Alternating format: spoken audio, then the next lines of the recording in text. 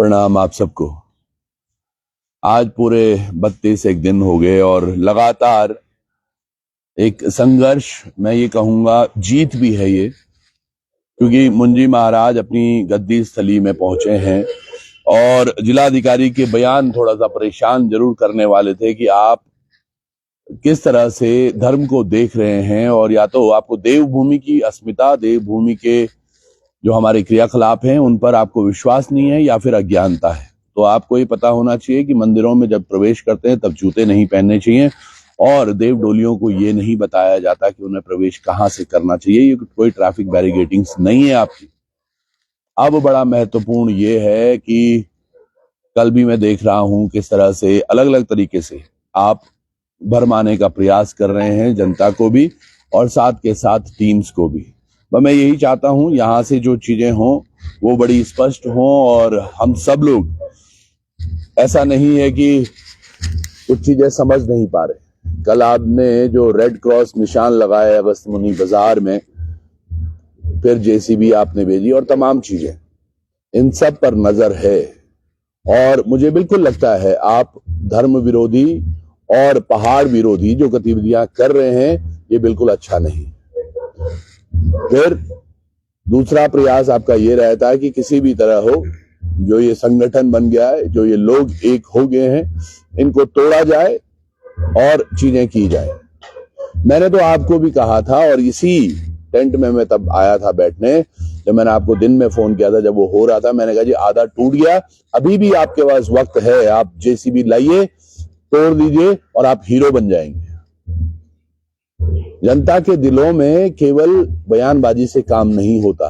जनता के दिलों में अगर कायम होना है तो धरातल पर उनके साथ रहना होगा, धरातल पर उनके जैसा समझना होगा और उस तरह से कार्य भी करने होंगे। पर आपकी जो ये प्रथा है, जिसको आपको लगता है कि 4 लोगों से यहां बात कर लो, 4 लोगों से यहां बात कर लो, 4 लोगों से यहां बात कर लो, अलग अलग तरीके से कन्विंस करो, सब लोग अलग अलग हो जाएंगे, लेकिन ये एकता ऐसे नहीं टूटने वाली। आप कल बात भी कर रहे थे कि यहाँ भूमि पर अब फील्ड नहीं बनेगा, वो तो पहले वैसे भी नहीं बनने वाला था ट्रैक, और अब तो उसमें मुहर लग गई। मुंजी महाराज ने स्पष्ट कर दिया है, और वो हजारों की संख्या में जो लोग थे उन्होंने मना कर दिया इस बात को। तो मुझे नहीं लगता अब आप आगे इस पर सोचेंगे। और ये जरूर है कि जिला प्रशासन को और जिलाधिकारी को ये सोचना होगा कि आम जनता की जब राय नहीं थी तो इतने दिनों से ये लगातार प्रयास क्यों किया जा रहा था। आपने पौष की सर्द रातों में लोगों को मजबूर किया इस ठंड में रहने के लिए, अन्यथा आपकी पुलिस तो यहाँ अंदर तक नहीं घुसने दे रही थी। और जितने लोगों को आप ये कहकर भड़काना का प्रयास भी कर रहे हैं कि त्रिभुवन चौहान राजनीति कर रहा है, तो पहला दिन भी यहीं पर था जब मैं बात कर रहा था कि जनता के हितों के लिए अगर कार्य करना, जनता के हितों में बात करना, जनता के लिए लड़ना, जनता के लिए जमीन पर रहना, जनता के लिए सोना खाना पीना जब जनता के लिए हो, तो आप अगर उसको राजनीति कहते हैं तो त्रिभुवन चौहान बहुत अच्छी राजनीति कर रहा है। और जितने लोग हैं जो पुराने दलों के हैं उनको भी ये सीखना चाहिए, क्योंकि जनता आपको चुनती है अपने कार्यों के लिए, अपने साथ कोई समस्या हो तो आप उनके साथ खड़े रहने के लिए, तमाम चीजों के लिए। कल जो आपने एक निरर्थक प्रयास भी किया उसका भी भंडाफोड़ वहीं हुआ, जब तुरंत जेसीबी को वहां से भगाया गया, जब वहां पर बताया गया कि आप वो नियमावली तो लाइए, आप एक बार एनएच के बराबर के मुआवजे की बात तो करिए, आप कुछ समय तो देंगे, क्योंकि हाईकोर्ट की ये हियरिंग है। आप ऐसे ही नहीं बस आज निशान लगाएंगे और जेसीबी लेकर आकर तोड़ देंगे। ये कार्य नहीं होने चाहिए। आपने, मैं देख रहा हूं, 2-2 पटवारियों की ड्यूटी लगा दी, रात की ड्यूटी लगी हुई है 2-2 पटवारियों, 2 उनके साथ 2 और कर्मचारी, 4 लोगों की ड्यूटी लगी है कि यहाँ पता करो एक टेंट में क्या हो रहा है, यहाँ किस तरह से गतिविधियां हो रही हैं, वहां किस तरह की गतिविधियां हो रही हैं, इनको तोड़ दो, उनको तोड़ दो। अरे साहब, ये जनता है, अभी भी लोकतंत्र जिंदा है।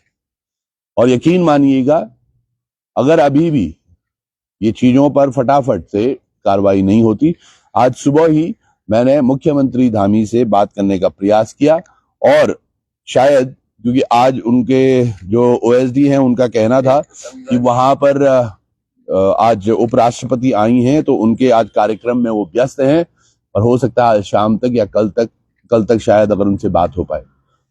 ये तमाम जो दृश्य हैं, जो तमाम जो बातें हैं, ये बड़ी स्पष्ट करती हैं ये जो युद्ध है ये धर्म युद्ध था। जो लोग यहां से कल आपको मिलने गए आपके ऑफिस में, जिन्होंने नंगे पैर थे वो लोग, सोचिएगा क्या आस्था है उन लोगों की। एक मैं चंडिका माँ का कहीं पर एक वीडियो देख रहा था, वहां पुल के ऊपर से होते हुए चंडिका माँ के तमाम जो डंडौर थे वो आ रहे थे। तो ये हमारी देवभूमि की आस्थाएं। आप वहां पर नहीं बोल सकते थे कि भाई साहब पुल पे चले जाते या नीचे नदी से चले जाते। देवता अपना रास्ता स्वयं हमेशा से ही चूज करता रहता है, जनता उसके पीछे पीछे चलती रहती है। देवडोलियों का एहसास होना, देवभूमि का बासिंदा होना बहुत आवश्यक है। ये हमारा धर्म है जिसको हम मानते हैं, जिसको हम पूजते हैं। यहाँ के कण कण में, जैसे मैंने पहले भी कहा कि सबका वास है। तो आप ये तमाम षड्यंत्र हैं, साजिशें हैं, ये अहम भूल जाइए। भूल जाइए त्रिभुवन चौहान। त्रिभुवन चौहान कोई अपने घर के लिए नहीं काम कर रहे। त्रिभुवन चौहान जनता के लिए समर्पित था, जनता के लिए समर्पित है, जनता के लिए समर्पित रहेगा। आगे भी कहीं पर भी आवश्यकता पड़ती है तो हमेशा इसी तरह आपको मैं मिलूंगा। पर अगर आपको जरा सा भी ये लगता है कि भैया जब तक तुम लोगों के साथ त्रिभुवन चौहान है तो प्रशासन तुम्हारी नहीं सुनेगा, तो अगर ऐसा ही कर लेते, चलिए आप इसको भी प्रयास कर दीजिए। मैं आपके खिलाफ या इन तमाम चीजों के खिलाफ अगर आगे 2 4 10 दिन कुछ नहीं बोलूंगा। देखता हूं मैं आप कितनी जल्दी इसको क्रियानिविधि को आप निपटाते हैं, कितनी जल्दी आप इसमें फैसला देते हैं। चाहे वो कोर्ट केसेस वापस लेने की बात हो जो आपने इतने धाराओं में लगा रखे हैं, या फिर वो तमाम अन्य जो आपने कहा है कि समतलीकरण होगा और इन पे काम कर दीजिए। चलिए आप बताइएगा कितने दिनों में, हफ्ते भर का टाइम चाहिए आपको। आज तारीख है 17, सैटरडे है, तो अगले सैटरडे, अगले शनिवार तक का समय आपके पास है। रविवार भी चलो ले लीजिए क्योंकि सोमवार तक आप रहेंगे, तो 17 और 7 है ना। तो आप ये 7 दिन आप अपने पास रख दीजिए, किस तरह से इसमें काम होगा। तो हम 25 तारीख को वापस से बात करेंगे। तब तक के लिए त्रिभुवन चौहान ना तो कुछ वो करेगा, हाँ आपको भी कुछ नहीं करना होगा कि ये जनता को, ना तो बीच में आप कुछ एक्टिविटीज करेंगे।